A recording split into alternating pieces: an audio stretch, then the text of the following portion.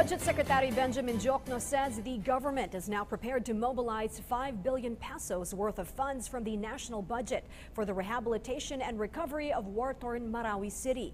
During the regular Mindanao Hour press briefing in Malacanang, Secretary Diokno stressed that the funding for the city's reconstruction would be a multi-year task. So far, DBM has already identified 5 billion pesos worth of standby funds from the 2017 budget of various government agencies, the bulk of which will come from the National Disaster Risk Reduction and Management Council. More details from Rocky Ignacio. The country's economic performance remains stable despite the Marawi siege, according to Budget and Management Secretary Benjamin Diokno. I remember this for the longest time. Whenever there was a domestic or international crisis, the Philippines would run out of foreign exchange to service its foreign debt. Not anymore. Okay? Crisis or no crisis, we're okay. Okay?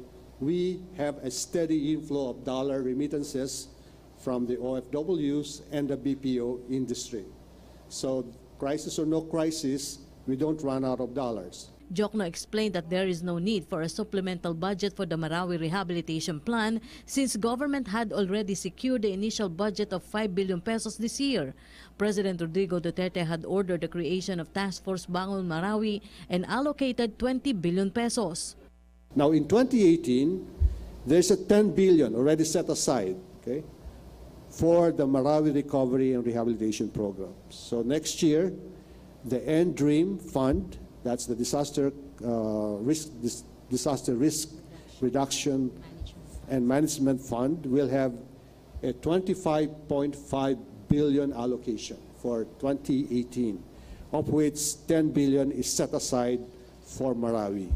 And then in 2019, an additional budget, yet to be determined, will be proposed. Office of Civil Defense Post-Disaster Evaluation and Management Division Chief Lenny Duran Alegre said that Task Force Bangon Marawi will meet local government units on Monday for the rehabilitation plan. Hindi ibig sabihin na hindi ka kasama doon sa napangalan ng ahensya ay hindi ka na-involved sa recovery and rehabilitation.